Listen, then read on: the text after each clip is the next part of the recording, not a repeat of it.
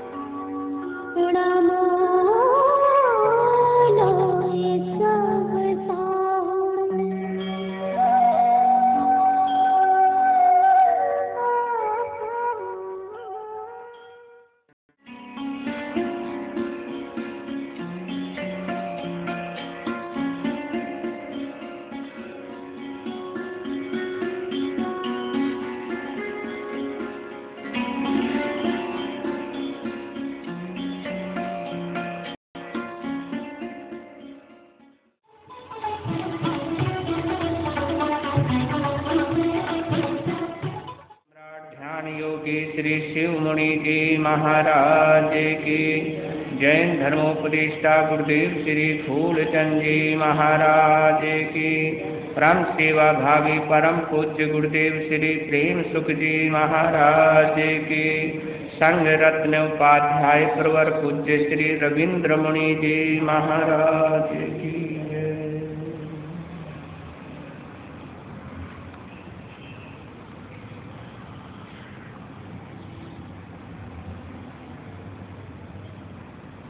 हमारे दोनों प्रिय मुनिराज एवं उपस्थित धर्म प्रेमी बंधुओं, माताओं तथा बहनों, आप सभी का इस हृदय के आंगन में श्री कुप्र भिक्षु दरबार में हार्दिक स्वागत करता हूँ।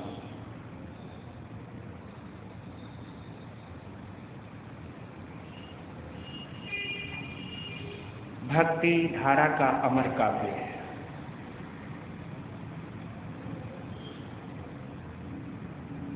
कलयुग का कल्प वृक्ष, वर्तमान का चिंतामणि रत्न, आचार्य मानतुम द्वारा रचित श्री भक्तामृत स्तोत्र के 10वें श्लोक पर एक बार और चर्चा करें। नात्याद्भुतं भुवन भूषण भूतनाथ भूतैर्गुणैरभुविभवन्तमभीष्टुवन्तः तुल्या भवन्ति भवतो ननु तेन किं वा भूत्याश्रितं य इह नात्मसमं करोति भूत्याश्रितं य इह नात्मसमं करोति।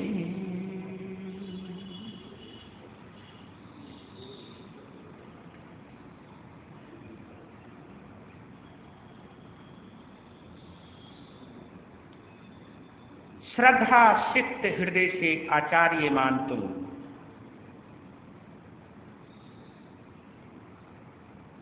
प्रस्तुत श्लोक में गजब की अनुभूति और सटीक अभिव्यक्ति दे रहे हैं।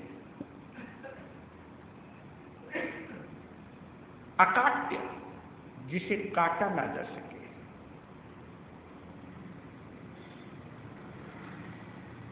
बोल रहे हैं, हे विश्व के श्रृंगार,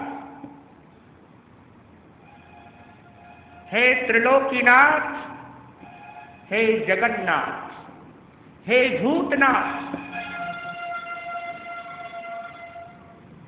मेरे मन मंदिर के देवता,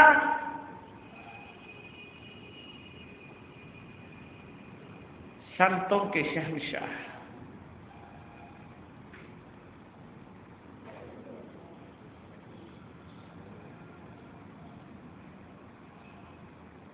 इसमें कोई आश्चर्य की बात नहीं है। नात्यद्भुतम, इसमें कोई आश्चर्य की बात ही नहीं है कि कोई आपको दिल से याद करे, हृदय से सिमरन करे, रोम रोम से तुम्हें ध्याए, अपना दिल 100% तुझसे लगाए,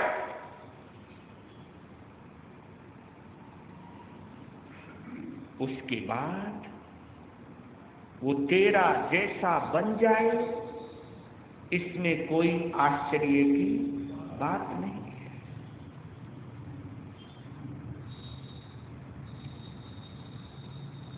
उस मालिक की सेवा से क्या लाभ,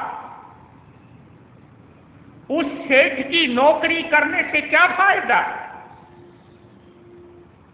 जिसकी नौकरी करने के बाद नौकर गरीब का गरीब ही रह जाए, कोई लाभ नहीं,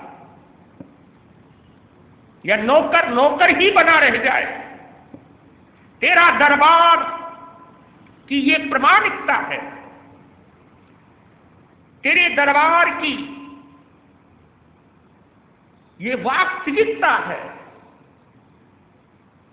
कि जो वास्तव में तुझे धाता है, जो वास्तव में तुझे जगता है, जो वास्तव में तुझे गाता है, वो वास्तव में आप जैसा ही बन जाता है। बस वास्तव शब्द का ही जरूर ध्यान रखना। वास्तव, वास्तव, वास्तव यानी असलियत में, कोई मिलावट नहीं, वास्तव में।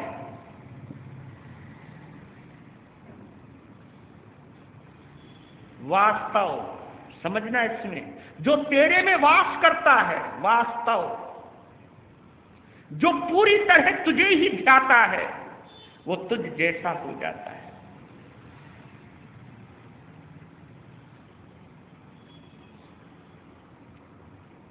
ये मैं नहीं, ये अनुभवी बोल रहे हैं, ये अनुभवी की अभिव्यक्ति है, ये अनुभवी की अनुभूति है, ऐसी वैसी नहीं है। ये गौर करना, इस पर ध्यान देना। थोड़ा सा और आगे बढ़ रहा हूं।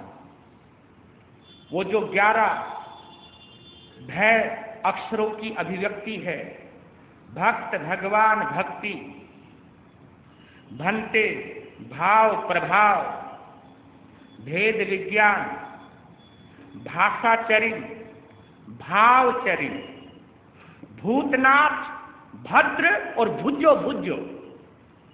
तो भावचरिण तक आप पहुंच रहे थे।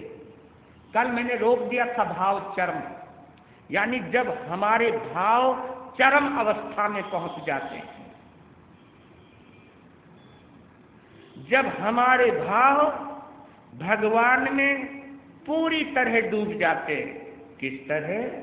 जिस तरह आप किसी कपड़े को धोने से पहले पानी में डुबो देते हो, तो जब वो पूरी तरह डूब जाता है, यानी पानी जब रोम रोम में चला जाता है,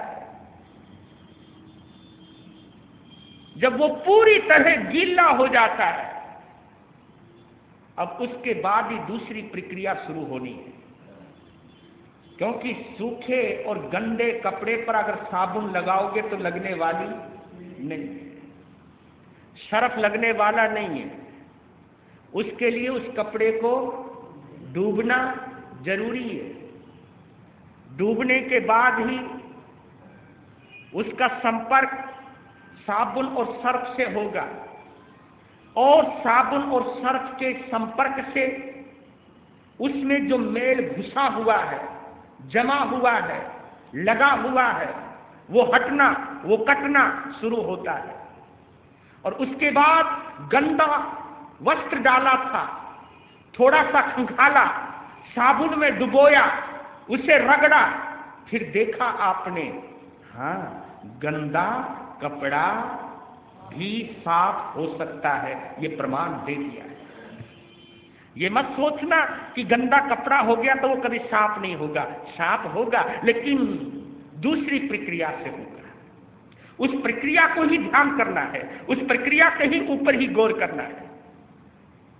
भाव चरण, भाव अवस्था, इसको थोड़ा सा और समझ लें ताकि तुम बाद में भूतनाथ को भी समझ सकें, भद्र को भी समझ सकें, और भुजो भुजो, भुजो भुजो कहते हैं बार बार, भुजो भुजो यानी बार बार, यानी है प्रभु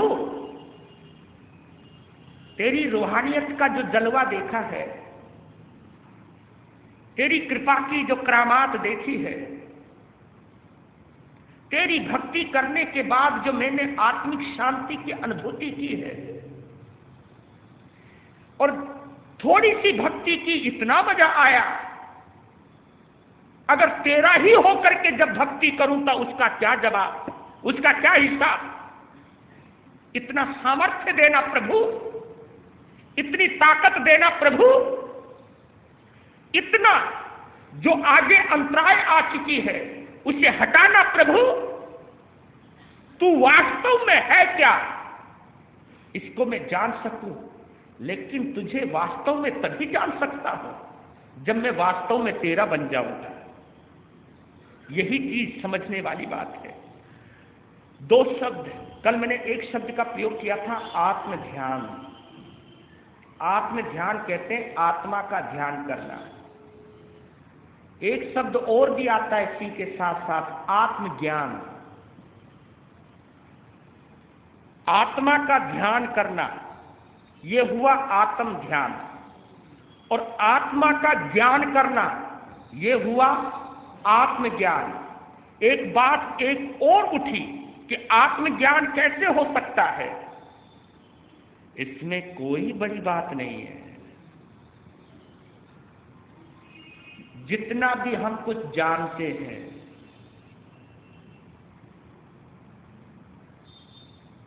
उस जानने वाले को जानना, जो कुछ भी हम देखते हैं उस देखने वाले को देखना, जो भी हम अनुभव करते हैं उस अनुभव करने वाले का अनुभव करना, यही आत्मज्ञान है।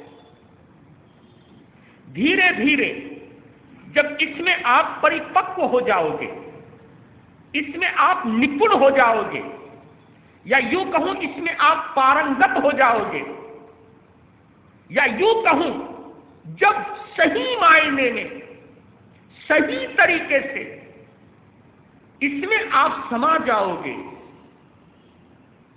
तो आत्मा की अनुभूति होने लगती है। अप्पा सो परमप्पा,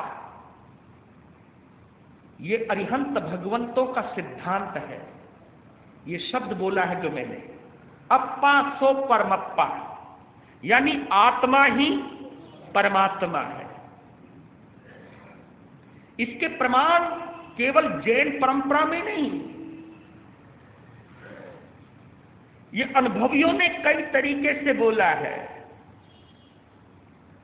वाल्मीकि रामायण में एक प्रसंग आता है, समझने वाला, आपकी और हमारी जिज्ञासा को शांत करने वाला।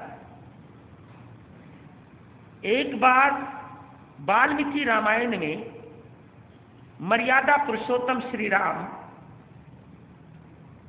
अपने परम भक्त हनुमान से एक प्रश्न करते हैं, एक सवाल करते हैं। सवाल क्या कहा कि हनुमान, तुम वास्तव में हो कौन? गौर करना, इसके ऊपर ध्यान देना। इस सवाल का जवाब में वही अर्थ है जो अर्थ आचार्य मानतुंग 10वें श्लोक में बोल रहे हैं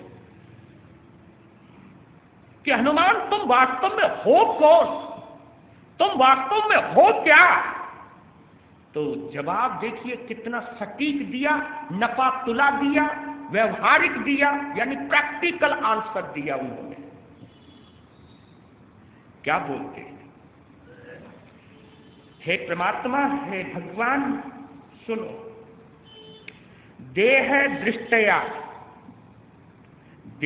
दृष्टया तु दासोहम, जीव दृष्टया तु अदंसकः, आत्म दृष्टया त्वमेवाहम इति में निश्चिता मति, इति में निश्चिता मति, आत्म दृष्टया त्वमेवाहम इति में निश्चिता मति। ये बात प्रमाणिक है प्रभु। अब इसको समझना। कहा, इस शरीर की दृष्टि से, देह दृष्टया, देह की दृष्टि से, इस शरीर से तो मैं आपका दास हूं, क्या हूं? इस शरीर की दृष्टि से मैं आपका दास हूं, आपका भक्त हूं, आपका सेवक हूं। इस शरीर की दृष्टि से मैं आपका दास हूं। जीव दृष्टया त्वदंशक है, और जीव की दृष्टि से मैं आपका अंश हूं। क्या हूं? आपका अंश हूं। कैसा अंश? वैसा अंश जैसे सूर्य की एक किरण इस धरती पर आई। सूर्य तो नहीं आया इस धरती पर, लेकिन एक किरण आई है उसकी। लेकिन वो किरण किससे जुड़ी है? सूर्य से जुड़ी हुई है। सूर्य नहीं आया, लेकिन किरण आई है उसकी, उसका अंश आया है यहां। जैसे सागर में लहर उठती है, तो वो लहर किसकी है? सागर की है, और उसी से ही जुड़ी हुई है। लहर कभी सागर से जुदा नहीं होती। तो कहा कि जीव दृष्टि से मैं आपका अंश हूं। और गहराई में गए हैं हनुमान, और गहराई में जाते हुए बोलते हैं, आत्म दृष्टया त्वमेवाहम्। आत्मा की दृष्टि से प्रभु तुम और मैं एक ही, उसमें कोई अंतर नहीं, उसमें कोई फर्क नहीं। आत्मा की दृष्टि से हम दोनों एक हैं। त्वमेवाहम्, तुम ही मैं हूं, मैं ही तुम हो। यह आत्मा की दृष्टि से मेरे में और आप में कोई अंतर नहीं है।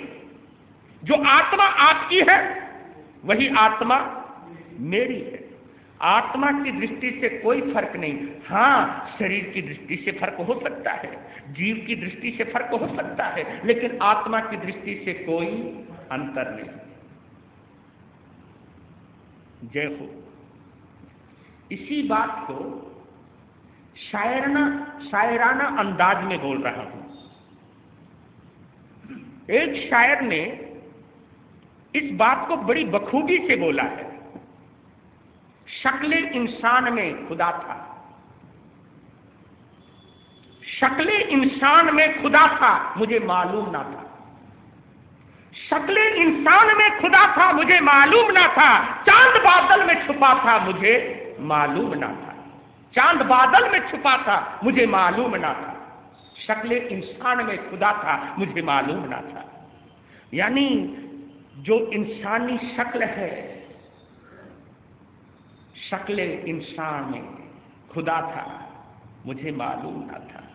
मुझे मालूम ना था कि इस इंसान की सूरत में मैं परमात्मा की सीरत लेकर पैदा हुआ हूं।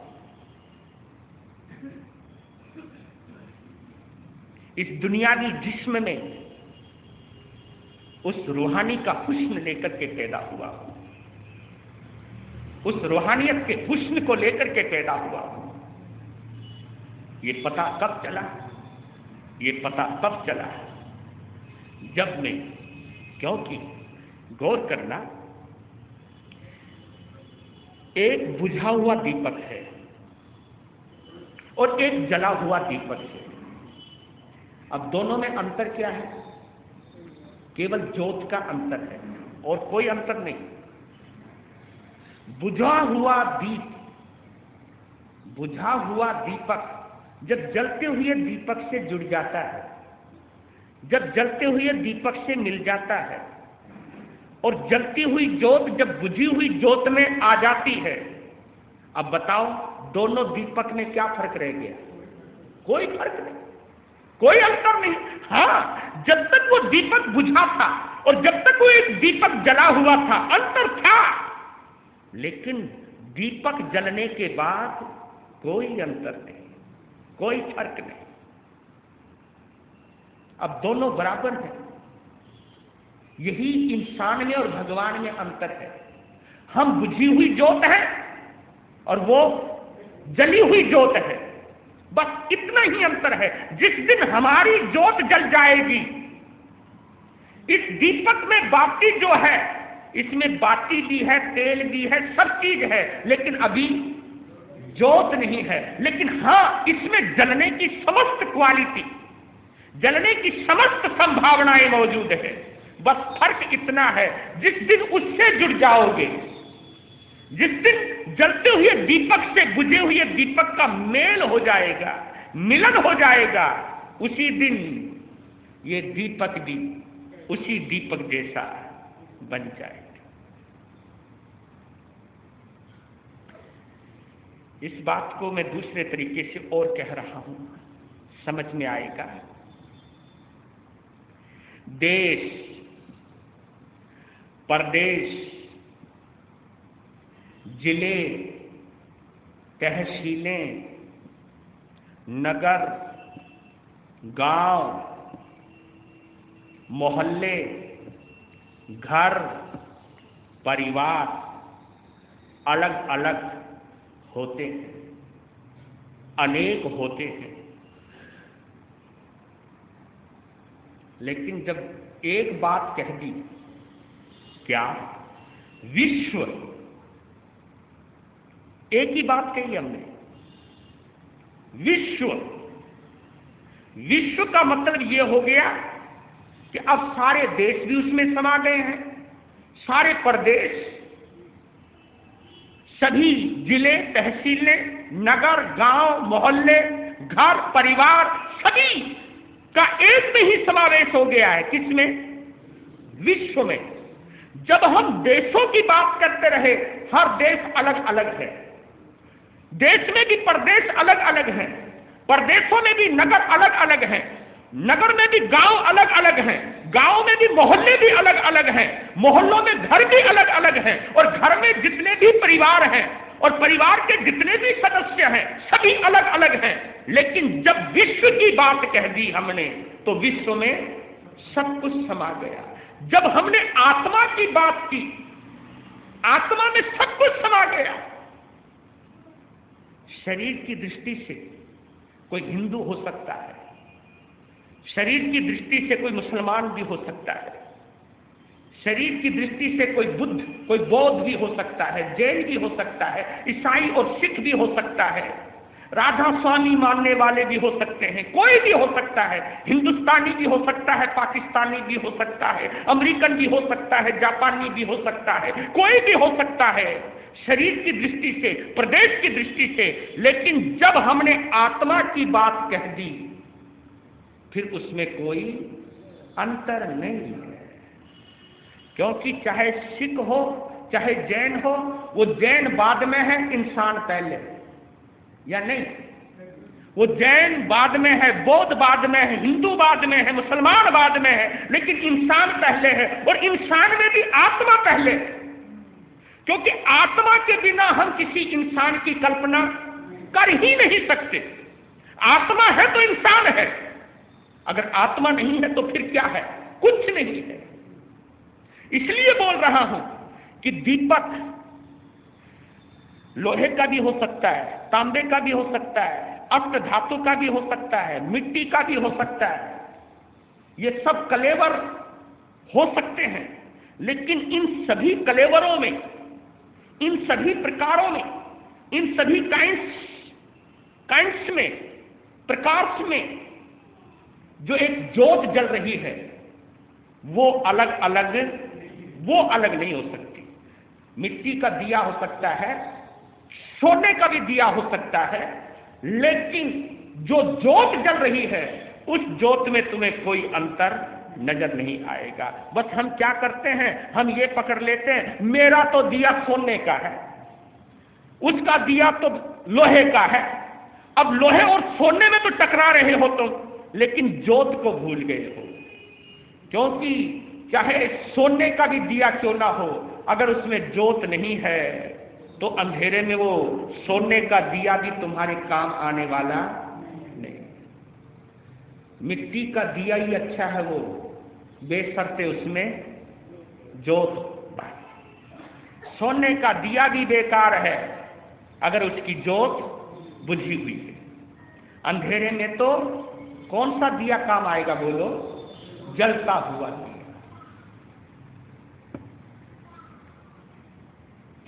अब इस चीज को समझना, ये समस्त क्वालिटी आपके अंदर है। जो हम ध्यान की कल्पना करते हैं, सिमरन की कल्पना करते हैं, श्रुति की कल्पना करते हैं, ये है क्या चीज? कभी गौर किया आपने? देखिए, इसको एग्जाम्पल के द्वारा समझा रहा हूं। सूर्य चमक रहा है, रोशनी आ रही है सूर्य की। आपने जाना ही नहीं सूर्य में कितनी ताकत है,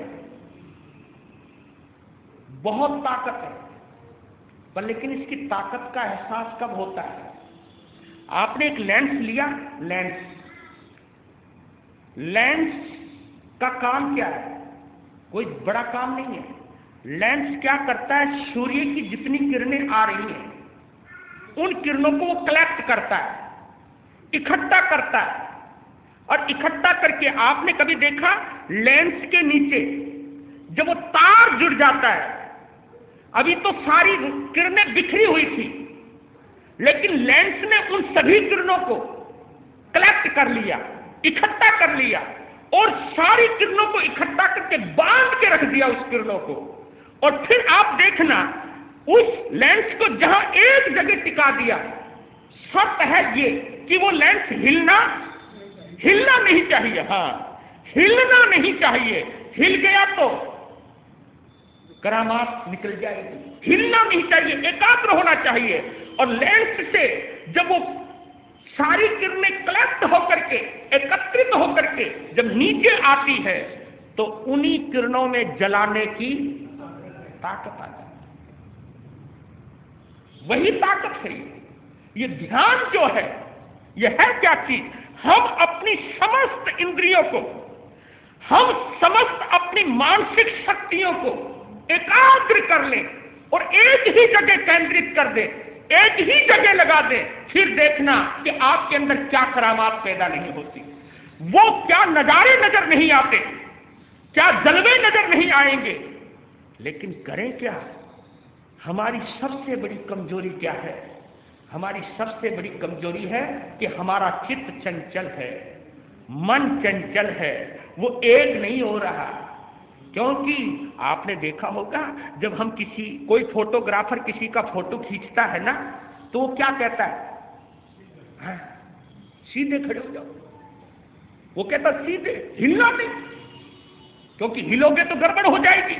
हिलना नहीं, क्योंकि और बताओ, आदमी चाहे कितना सीधा खड़ा हो, अगर कैमरा भी हिलता रहा तो भी गड़बड़ हो जाएगी।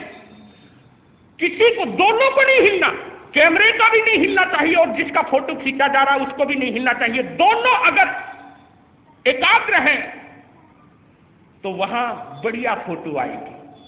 तो यही वाली बात है। आप बहते हुए पानी में कभी अपनी तस्वीर, दोनों बहते हुए पानी में आप अपनी शक्ल नहीं देख सकते, दो पानी में आप अपनी शक्ल नहीं देख सकते। एक तो पानी बहने वाले में और एक पानी जो उबल रहा हो।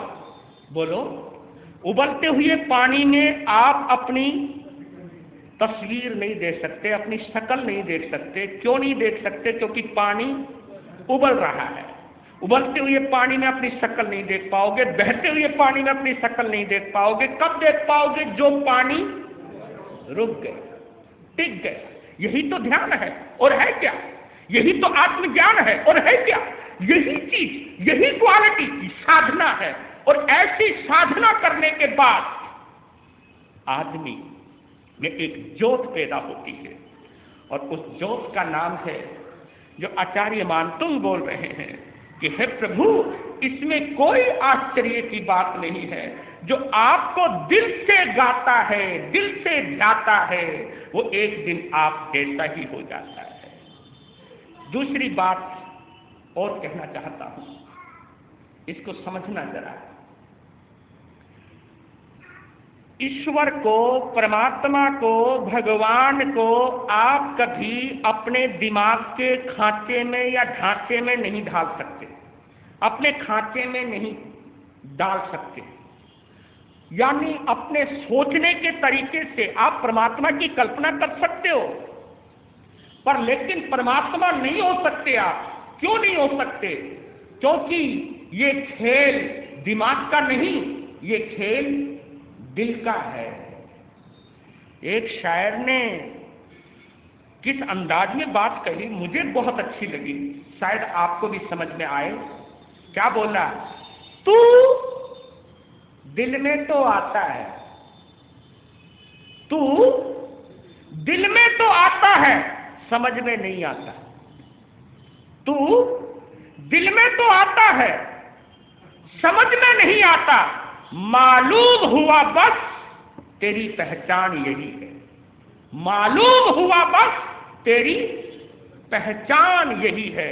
तू दिल में तो आता है, समझ में नहीं आता। मालूम हुआ बस तेरी पहचान यही है। यानी परमात्मा को तुम दिमाग से नहीं पकड़ सकते, क्योंकि मैंने कई बार समझाया है आप लोगों को, कई बार चेताया दी है, समझाया दी है कि भक्ति दिल से हो सकती है और दुनियादारी दिमाग से चलती है। दिमाग कभी भी शैतान का घर हो सकता है, लेकिन दिल किसी का बुरा, दिल बुरा नहीं होता। जो बुरा होता वो दिमाग होता है। दिल देना जानता है और दिमाग लेना और देना दोनों जानता है। वो अपने मतलब का यार है। तो इसलिए कहावत आती है, खाली दिमाग शैतान का घर। ये दिमाग के लिए कहा गया है, दिल के लिए नहीं कहा गया है। तो दिल में तो आता है, समझ में नहीं आता, क्योंकि कोई किताबों में ढूंढना चाहे परमात्मा को नहीं ढूंढ सकता, कोई मंदिरों में ढूंढना चाहे परमात्मा को नहीं ढूंढ सकता, कोई अपनी मान्यता की या सांप्रदायिक ग्रंथ में परमात्मा को ढूंढना चाहे नहीं देख सकता, नहीं जान सकता, क्योंकि पढ़ना लिखना ये सब दिमाग का खेल है। अरे भक्तों के लिए पढ़ना लिखना जरूरी नहीं है। मेरे कबीर ने तो, वो तो कहते हैं कि मैंने तो कलम छुई को नहीं, क्योंकि ये भक्ति का मामला है। अरे सबरी ने तो सबरी कौन सी पढ़ी लिखी थी? अर्जुन माली कौन सा पढ़ा लिखा था? क्योंकि ये मामला दिल का है, दिमाग का नहीं है।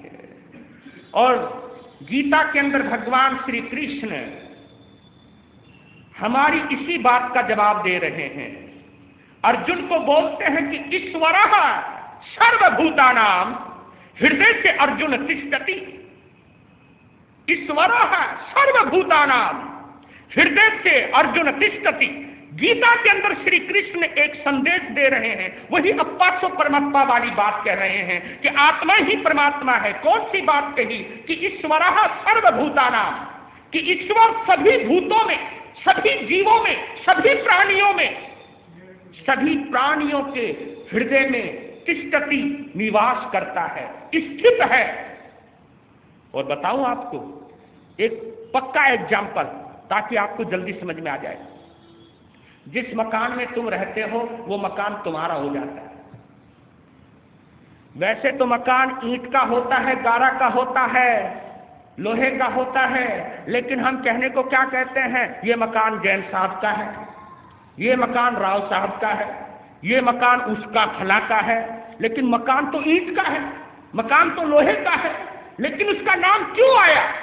क्योंकि उस मकान का मालिक, बोलो बोलो, उसमें रहता है। जो रहता है उसका नाम आता है। तो ये घर, ये शरीर खून का, मवाद का, मिट्टी का, 5 तत्व का बना है, लेकिन इस शरीर में परमात्मा का वास है। ये शरीर परमात्मा का घर है। ये तो तुम भूल ही गए, ये तो तुम भटक ही गए, सोच भी नहीं पाए कि ये शरीर मामूली नहीं, ये शरीर केवल मिट्टी का नहीं है। इस शरीर में एक ज्योत जल रही है आत्मा की। और याद कर लेना, इंसान ने, मेरे कबीर साहब कहते हैं कि मोको कहां तो ढूंढे बंदे, मैं तो तेरे पास में, ना मैं काबी ना मैं काशी ना काबा कैलाश में, खोजी होए तुरंत मिल जाऊं पल भर की तलाश में। ये बोलते हैं कबीर साहब कि मोको कहां तो ढूंढे बंदे, मैं तो तेरे पास में।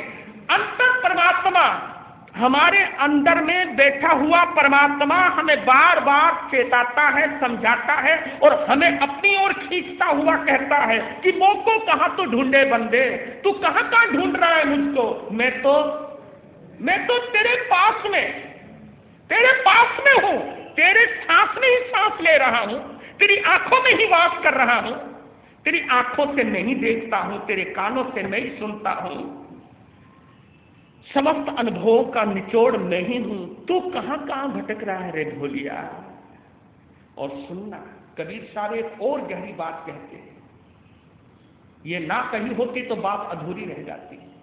मन मथुरा, गौर करना, ध्यान देना, बोलते हैं दो पंक्तियों में कि मन मथुरा दिल द्वार का, मन मथुरा दिल द्वार का, काया काशी जान।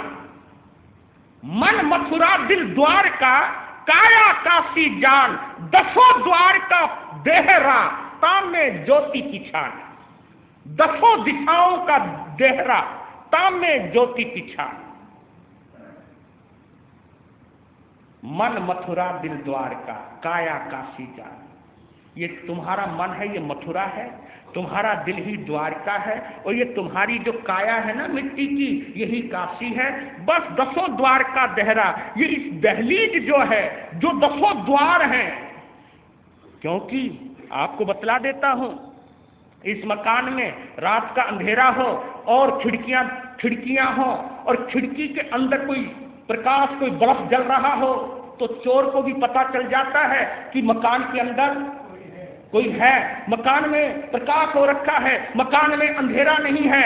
और बत्ती जली हुई है तो समझो जगे हुए हैं लोग, सोए हुए नहीं हैं, क्योंकि सोने के लिए लोग बत्ती बुझा देते हैं, सोए हुए हैं। तो जिस कमरे में लाइट जली हुई है वहां चोर नहीं घुसा करते, वह चोर नहीं जाया करते। तो खिड़कियों से ही पता चल जाता है कि अंदर बल्ब जल रहा है। तो ये हमारे जो द्वार हैं, हमारे जो 9 द्वार हैं, ये द्वारों से देखने की कोशिश करना, इन द्वारों से झांकने की कोशिश करना, इन खिड़कियों से देखने की कोशिश करना कि अंतर में एक आत्मा की ज्योत जल रही है।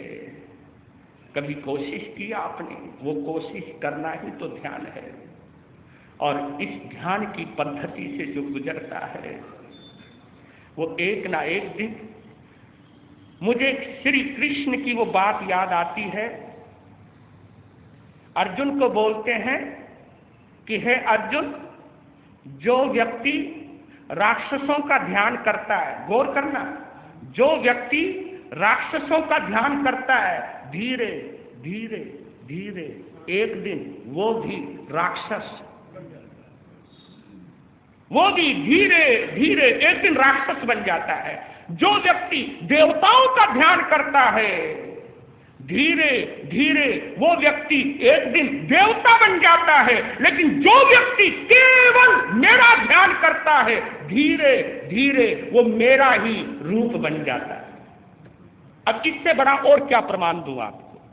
इससे बड़ी और कौन सी बात दूं आपको? आप जिसका ध्यान करोगे आप वैसा ही बन जाओगे। और ये नकली बात हो सकती है। आप कभी कभी कहते हो कि महाराज मैं तो भगवान का ध्यान करता हूं, लेकिन मैं तो भगवान तो को ना बनी, मैं तो भगवान तो ना बना। पर इसकी जवाब ये दे रहा हूं कि तुमने भगवान का नाम मुंह से लिया है, दिल से नहीं लिया। क्योंकि जो उसे दिल से याद करता है वो उसमें आए बिना रहता ही नहीं। कभी कभी देखना, मैं तुमको ही एक एग्जाम्पल दे रहा हूं। जब तुम किसी मित्र का ध्यान करते हो, किसी दोस्त को याद करते हो, गौर करना, किसी दोस्त को याद करते हो, किसी अपने संबंधी को याद करते हो, अपने निकटतम व्यक्ति को याद करते हो, जिसकी याद में तुम पागल हो रहे हो उसको याद करते हो, तो आपका दिल गदगद हो जाता है, रोमांचित हो जाता है, उसकी छवि बसने लगती है और आप में प्रेम का संचार होने लगता है, आप में भाव उमड़ने लगते हैं, उसकी याद में आंसू बहने लगते हैं।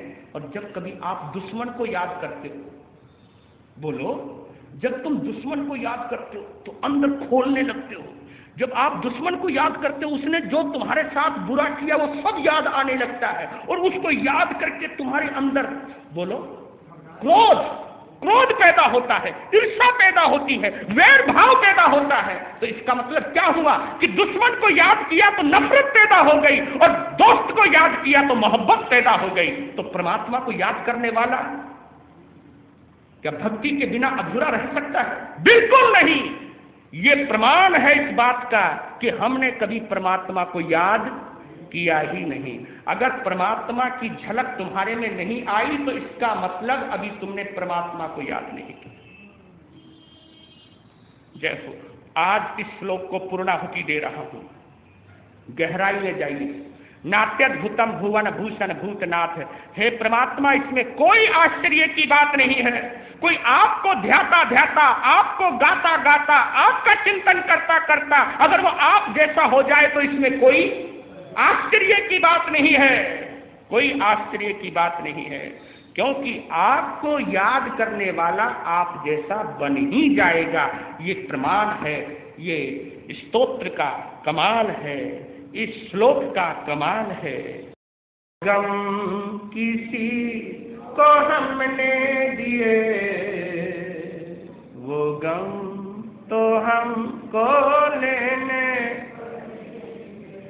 जो गम किसी को हमने दिए, वो गम तो हमको लेने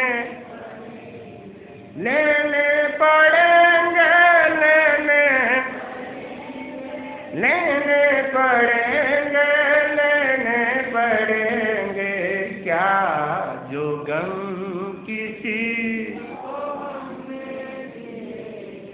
वो गम तो हमको लेने। चंद्रसेन का सामना 12 रानियों से हुआ। उन रानियों से भानुमति अपने पीहर से वापिस आई है। जैसे ही आमने सामने हुए 12 की 12 और राजा चंद्रसेन, उन 12 को देखकर चंद्रसेन ने कहा, ओह अच्छा हुआ तुम आ गए, मैं तुम्हारा इंतजार देख रहा था, तुम्हारे पीछे मैं आनंदपुर गया था। मैं वहां गया तो मेरा मुंह बेला बेटा गोविंद सिंह अपनी बहन के साथ घूम